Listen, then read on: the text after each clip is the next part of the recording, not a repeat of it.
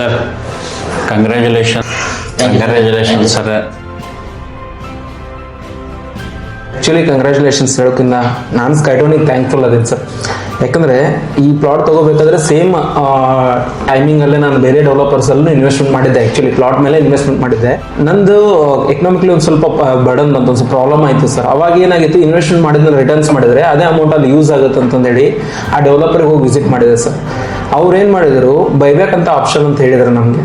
ಆದರೆ 90% ಅವ್ರು ತೊಗೊಂಡು ಜಸ್ಟ್ 10% ಅಷ್ಟೇ ರಿಟರ್ನ್ಸ್ ಕೊಟ್ಟರು. ನನಗೆ ಭಾಳ ಬೇಜಾರಾಗಿತ್ತು.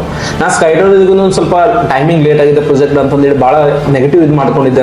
ನಾನೇನು ತಗೊಂಡಿದ್ದೆ ಸರ್, 10 ಟೈಮ್ಸ್ ನಂಗೆ ರಿಟರ್ನ್ಸ್ ಕೊಟ್ಟಿದ್ದೆ ಸ್ಕೈಟೋನ್. ಆ್ಯಕ್ಚುಲಿ ಅದು ನಂಗೆ ಗೈಡ್ ಮಾಡ್ತದೆ, ಏನು ಎಕನಾಮಿಕ್ಲಿ ನೀವು ರಿಟರ್ನ್ಸ್ ಹೆಂಗೆ ತೊಗೋಬೇಕು, ಬೈಬ್ಯಾಕ್ ಆಪ್ಷನ್ ಆದರೆ ಹೆಂಗೆ ನಿಮಗೆ ಕಡಿಮೆ ರಿಟರ್ನ್ಸ್ ಬರುತ್ತೆ ಅಂತಂದು ಹೇಳಿ ತಿಳಿಸಿ ಹೇಳಿ ನನಗೆ ಈಗ ನನಗೆ 10 ಟೈಮ್ಸ್ ರಿಟರ್ನ್ಸ್ ಕೊಡ್ತಾ ಇದೆ ಸರ್. ನಾನು ಹೇಳ್ಬೇಕು ರಿಯಲ್ ಆಗಿ thank you so much sir. Thank you so much. ನಾನು ಕೂಡ ಈಗ ಸ್ಕೈಟೋನ್ ಬಗ್ಗೆ ತುಂಬ ಪ್ರೌಡ್ ಫೀಲ್ ಮಾಡ್ಕೋತೇನೆ ಸರ್.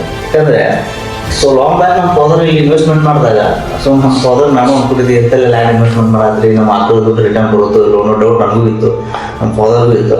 ಸೊ ಇವಾಗ ಅಲ್ಟಿಮೇಟ್ಲಿ ನಾನು ತಗೊಳ್ತಾ ಇರೋ ಪ್ರಾಫಿಟ್ ನಮ್ಗೆ ಆಗ್ತಾ ಇರೋ ಬೆನಿಫಿಟ್ ನೋಡೋದಾದ್ರೆ ನಿಜವಾಗ್ಲೂ ನಂಗೆ ಭಾಳ ಪ್ರೌಡ್ ಫೀಲ್ ಆಗುತ್ತೆ.